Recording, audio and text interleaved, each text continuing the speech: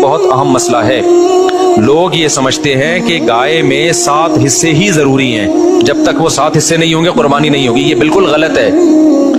گائے میں زیادہ سے زیادہ 7 حصے ہو سکتے ہیں. کم سے کم 6 بھی ہو سکتے ہیں, 5 بھی ہو سکتے ہیں, 4 بھی ہو سکتے ہیں, 3 بھی ہو سکتے ہیں, 2 بھی ہو سکتے ہیں. نہیں آئی بات سمجھ میں؟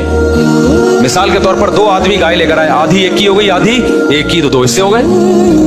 3 آدمی گائے لے کر آئے, 1/3 ایک کی, 1/3 ایک کی, 1/3. اب یہ نہیں کہ یہ 1/3 میں آگے منہ والا حصہ تمہارا, بیچ والا, پوری گائے میں 1/3. 4 آدمی گائے لے کر آئے, یہ ایک آدمی لے کر آیا, 3 آدمیوں کو حصے بیچ دیے اس نے, ٹوٹل 4 برابر حصے کر دیے. لوگ سمجھتے ہیں کہ اب 3 آدمی ہیں تو ایک 4 حصے لے, 2 آدمی ہیں تو ایک 4 حصے لے گا, ایک 3 حصے لے گا. یہ ضروری نہیں ہے, سمجھ رہے ہو؟ اس تکلف کی بالکل بھی ضرورت نہیں ہے. کر لیا تو بھی قربانی ہو جائے گی. تو یہ 7 سے زیادہ لوگ شریک نہیں ہو سکتے. 7 سے کم 6 بھی ہو سکتے ہیں, 6 برابر حصے کر لیے جائیں. ٹھیک ہے.